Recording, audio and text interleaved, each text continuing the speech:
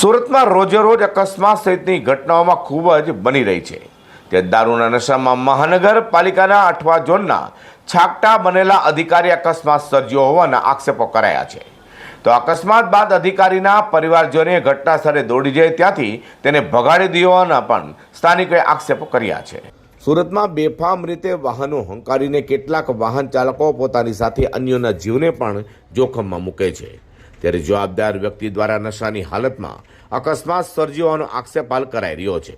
વાત એમ છે કે અડાજણના ભૂમિ કોમ્પ્લેક્સ પાસેથી બેફામ રીતે પસાર થઈ રહેલી કારના ચાલકે સ્ટેરિંગ પરથી કાબુ ગુમાવતા કાર રસ્તાની સાઈડે ઉભેલી મોટરકારને પાછળથી ટક્કર મારી ડિવાઈડર તોડી બાજુના રસ્તા પર આવી ગઈ હતી. જોકે સદનસીબે અકસ્માતમાં કોઈ જાનહાની થવા પામી નથી.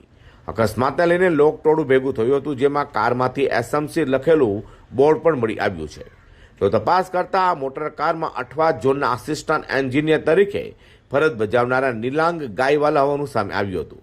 તો સ્થાનિકોએ એવો આક્ષેપ પણ કર્યો હતો કે નિલાંગ ગાયવાલા દારૂના નશામાં હતા અને નશામાં તેઓએ અકસ્માત સર્જ્યો હતો. તો અકસ્માતની ઘટના બનતા જ અધિકારીના પરિવારજનો પણ સ્થળે દોડી ગયા હતા અને કારમાંથી એસએમસી લખેલું બોર્ડ દૂર કરવાની સાથે સાથે નિલાંગ ગાયવાલાને પણ ત્યાંથી ભગાવી ગયા હતા. અકસ્માતની જાણ થતાં પોલીસ કાફલો પણ સ્થળે દોડી ગયો હતો. તો અકસ્માતને લઈને પોલીસે ગુનો નોંધી તપાસ હાથ ધરી છે. તો બીજી તરફ એવી પણ ચર્ચા જોવા મળી હતી કે જવાબદાર અધિકારીઓ જ નશાની હાલતમાં વાહનો હંકારી અકસ્માત સર્જશે તો આમ જનતાનું શું થશે? જેથી જો ખરેખર અધિકારી દ્વારા દારૂના નશામાં અકસ્માત સર્જાયો હોય તો તેની સામે કડકમાં કડક કાર્યવાહી કરવી જોઈએ તે લોક માંગ ઉઠવા પામી છે.